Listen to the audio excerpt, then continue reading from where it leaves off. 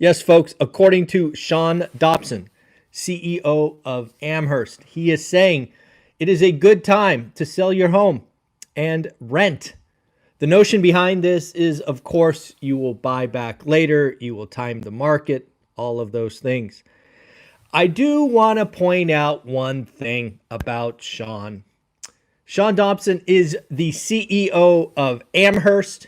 If you do not know who Amherst is, let me just tell you, they own 44,000 rental homes.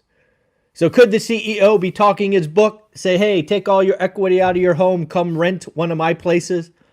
I will let you be the judge.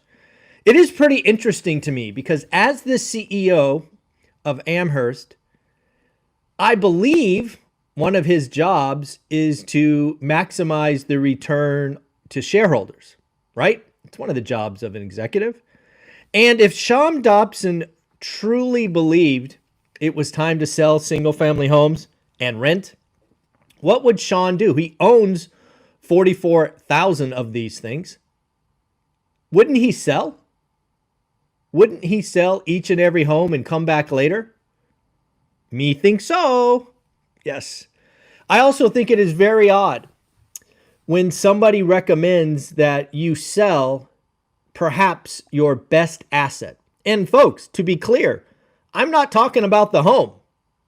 I'm talking about 30-year fixed rate debt at or below inflation. Folks, some of you have 30-year debt below 3%. Getting rid of that is unconscionable unless you have to. There are life situations where even if the rate is a great asset, you don't have a choice. That is not lost on me. But let's be clear, for the average person who was lucky enough, who was fortunate enough to have purchased in 2020, 21, 22, or shoot, let's be clear, refied in 21 or 22, you now have an asset called 30-year fixed rate debt at or below inflation. For many of you, that will be the best asset you ever own. For many of you, you will stay in that home probably longer than you expected. And for many of you, you may become what's called an accidental landlord, meaning it is time to turn that into a rental and you'll just do a 5% down purchase on your next home. So it is pretty interesting. When I think about the housing market and this whole idea of selling now and buying back later, I think about all the people who have tried to time markets. And again, I understand the math. I understand affordability. I understand in lots of locations, rent is below the cost of ownership. I get it. But that's about today's purchase. We are not looking at individuals who have fixed rate mortgages, who now have, frankly, more disposable income than they've ever had because they purchased or refied. One of the reasons the consumer has been going strong to this point is because they took advantage of the system. They got 30-year debt below 4, below 3. And now they have fixed rate debt. Why would you get rid of fixed rate debt and rent, which is a variable expense? It makes nearly no sense to me. But again, if Sean Dobson, the CEO of Amherst, believes that it's the peak of the market, he should sell his homes. And if he truly believes that, we'll see it in the next quarterly filings. Amherst should be a net seller and probably a net seller by a large amount. Since we're talking about the housing market, I want to be very, very clear with my thoughts on the housing market, both residential and commercial. I do think they are different, if you haven't picked up on that over the last 6 months. Let's talk residential first. I think it is very, very clear after talking with real estate agents and mortgage brokers the last week that the spring selling season is over. Now we are dealing with the second half of the year, which will be slower. If you are shopping for residential properties as an investor, frankly, as an owner, that is great news. You and I have been begging for a slower market for a long, long time. We are still seeing perfect properties below the median go fast, many with multiple offers. But that is such a small percentage of the overall market. We are starting to see properties stay on longer. We are starting to see price drops in more frequency. Folks, these are all signs that it is time for you and I to hunt for motivated sellers. Again, one of our returning millionaires, Ty, TYLG, he told us, he sent a text. I think I read it in a surprise Saturday live stream yesterday. He's going to go aggressive on MLS properties. Folks, this is a man who has done mailers, has virtual assistants, does texting, all of these things. And he's like, you know what? I'm going hunting in the MLS. Multiple offers every day, going with the goal of getting 1 or 2 a month. That's the attitude. We are not doing average deals. We are not doing good deals. We are doing great deals. And great deals come from motivated sellers. I believe through the rest of 2024, barring a significant drop in rates, that you and I will have an easier time finding motivated sellers, and that is a good thing. Now, let's switch to commercial. And just so we are clear, I'm referring to 5 units and above, ones that have, 3, 5, 7-year fixed and then forced to refi. I still believe the greatest opportunity ahead of us, me and you, right? The mom and pop landlords, is finding B and C class multifamily that was grossly overpaid. Class A is starting to retrade and heal. Class B and Class C is not. And I have run some numbers on past properties, and let me just tell you, it is ugly.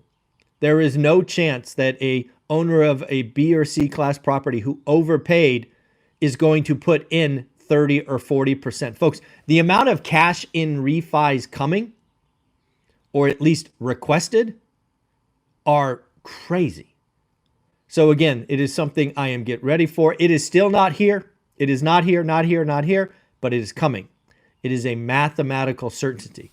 Will we have some extend and pretend? Of course. Will we have some people scrape by? Of course.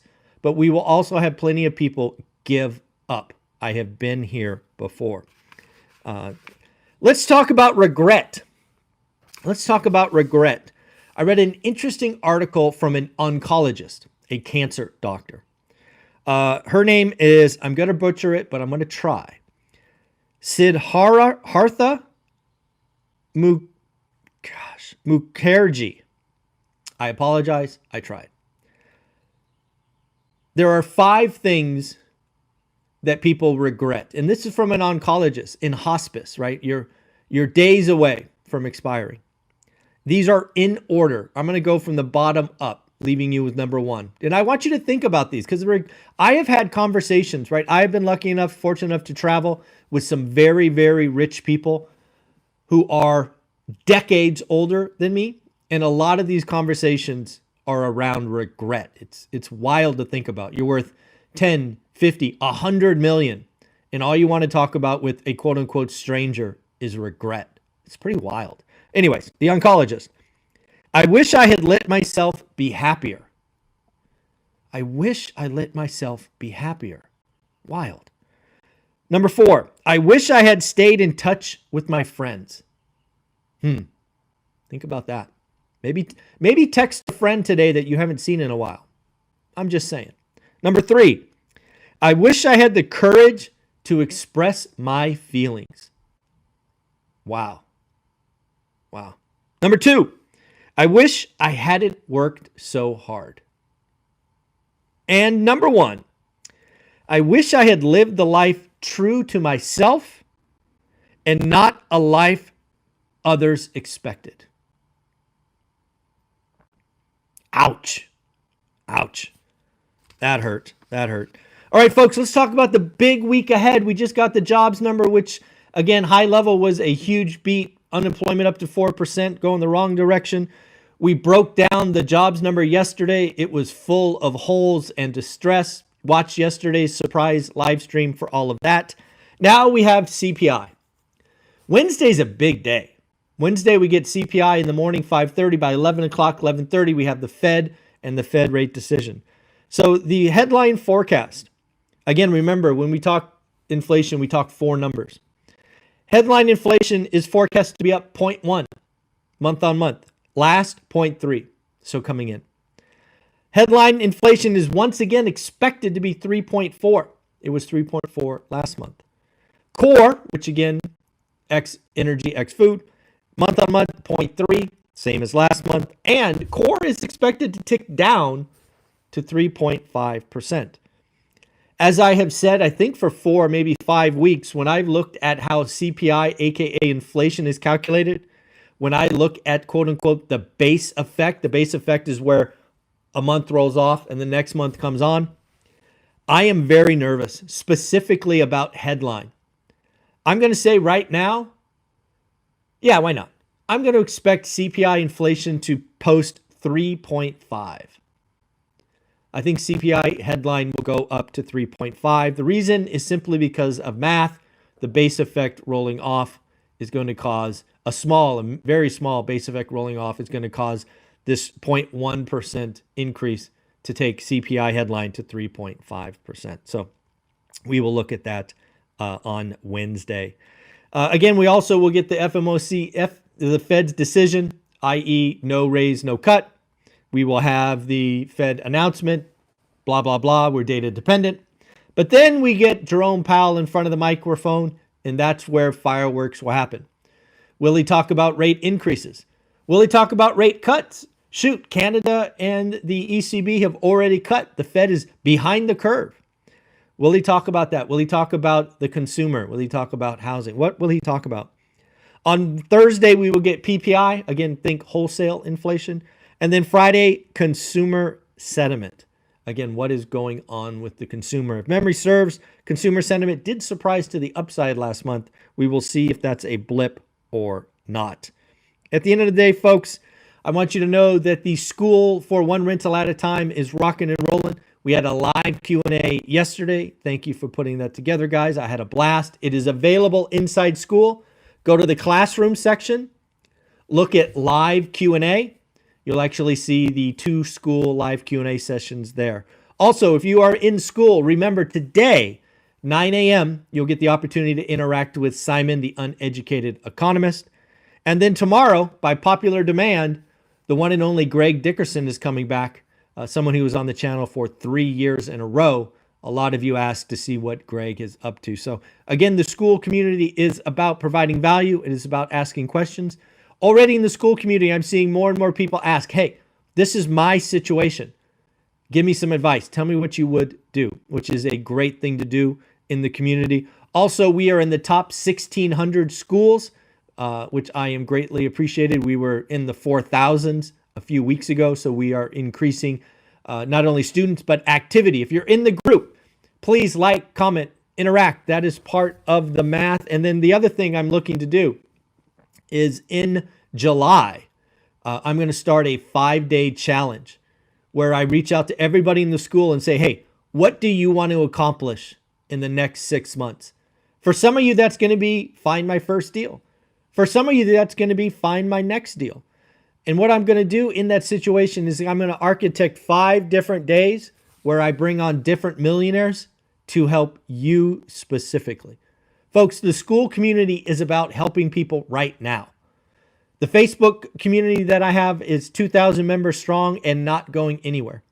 But Facebook does not allow me to have a calendar, post videos, give courses away. It's just a different platform. So folks, I look forward to seeing you inside school. Come be a part of the group. Come network. Come ask questions. Come interact with the millionaires. Come ask me questions. It's the only place I will go live. Folks, just keep adding value. Take care. If you're in school, I'll see you at 9 o'clock. Bye.